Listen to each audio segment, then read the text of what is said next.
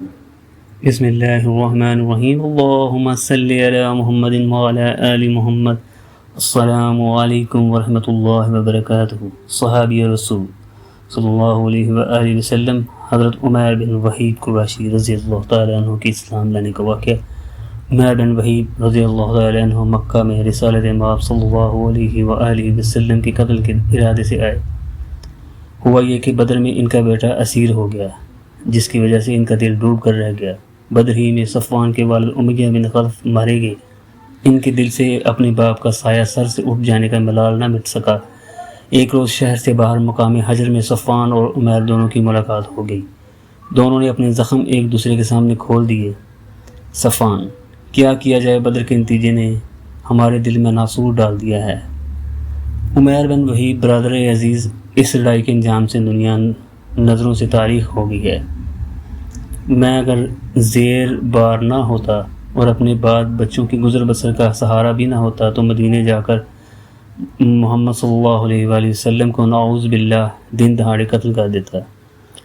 میں آپ کے قرض اور آپ کے دونوں بچوں کی کفالت کا ذمہ دار ہوں عمیر، اور میرے لیے مدینہ جانے کا بہانہ کافی ہے کہ میں یہاں اپنے فرزند کی وجہ سے آیا ہوں جو مسلمانوں کے پاس اسیر ہے۔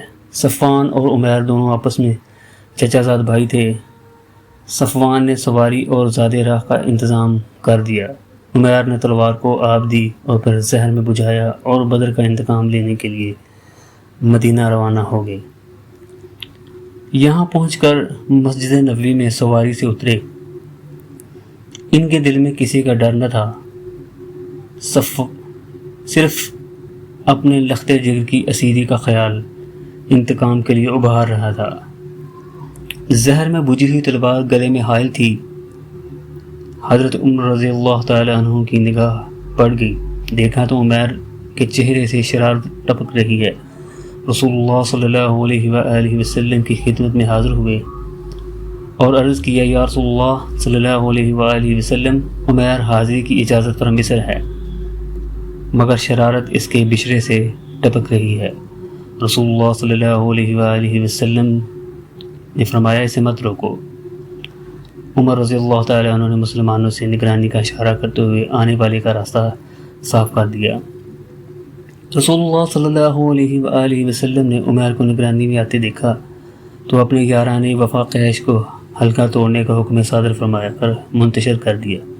عمیر پیش ہوئے تو رسول اللہ صلی اللہ علیہ وآلہ وسلم سے حسب ذیل مکالمہ ہوا۔ عمیر، صبح کو سلام پیش کرتا ہوں۔ یہ سلام جاہلیت کا تحفہ تھا۔ رسول اللہ صلی اللہ علیہ وآلہ وسلم اللہ نے مجھے آپ کے اس تحفہ سے بے نیاز فرما کر اہل جنت کے ہدیہ سے سرفراز فرمایا ہے، جس کا اظہار السلام علیکم سے ہوتا ہے۔ عمیر: رسول اللہ صلی اللہ علیہ وآلہ وسلم، اس سفر سے آپ کا کیا مقصد ہے؟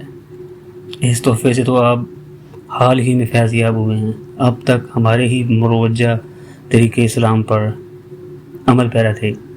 عمیر: ہمارے جو عزیز آپ کے ہاں اسیر ہیں، ان کی خیر و خبر کے لیے حاضر ہو گیا ہوں، اور آپ سے بھی تو ہماری قرابت داری ہے۔ رسول اللہ: گلے میں تلوار کیوں ہم حائل کر رکھی ہے؟ عمیر: اللہ انہیں غارت کرے، انہی تلواروں نے ہمیں بدر میں آپ کے ہاتھوں ذلیل کر دیا ہے۔ اے صاحب، کیا بتاؤں، جس وقت سواری سے اتر رہا تھا اسے ہاتھ میں لینا بھول گیا۔ رسول اللہ صلی اللہ علیہ وآلہ وسلم نے فرمایا، سچ کہو، یہاں کس ارادے سے آئے ہو؟ مکہ میں مقام حجر میں بیٹھ کر تیرے اور صفوان کے درمیان کیا طے ہوا تھا؟ عمیر سہم گئے، گھبرا کر عرض کیا، صفوان سے کیا ملا ہوا تھا جو آپ ایسا فرما رہے ہیں؟ آپ ہی فرمائیے۔ رسول اللہ صلی اللہ علیہ وآلہ وسلم: صفوان سے تو یہ طے ہوا تھا کہ تم مجھے قتل کر دو اور وہ تمہارا قرض بھی ادا کرے، تعزیز تمہارے اہل و عیال کی کفالت بھی کرے۔ اے عمیر، تم کب چونکنے والے تھے؟ وہ تو ذات باری تعالیٰ ہے جس نے میرا بال بیکا نہ ہونے دیا۔ اللہ انہیں غارت کرے، انہی تلواروں نے ہمیں بدر میں آپ کے ہاتھوں ذلیل کر دیا۔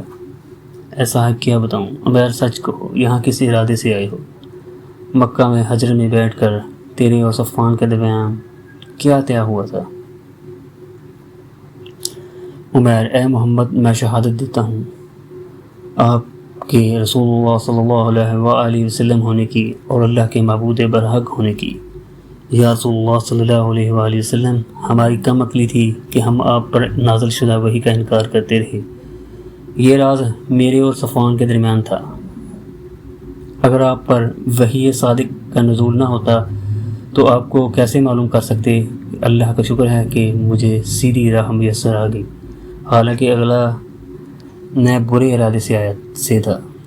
رسول اللہ صلی اللہ علیہ وآلہ وسلم تمام حاشیہ نشین اس گفتگو سے بے حد متاثر ہوئے۔ فزادہم اللہ ایمان۔ رسول اللہ صلی اللہ علیہ وآلہ وسلم نے عمیر رضی اللہ تعالیٰ عنہ سے فرمایا کہ آپ ابھی یہاں قیام کریں۔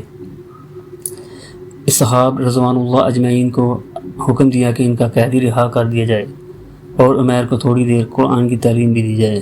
عمیر بن اسود واپسی پر مصر ہوئے کہ یا رسول اللہ صلی اللہ علیہ وآلہ وسلم، سکے میں تبلیغ کی اجازت مرحمت فرمائی۔ آپ نے بخوشی اجازت بخش دی۔ سبحان اللہ، قتل کرنے کے ارادے سے آنے والا مبلغ اسلام بن کر لوٹا۔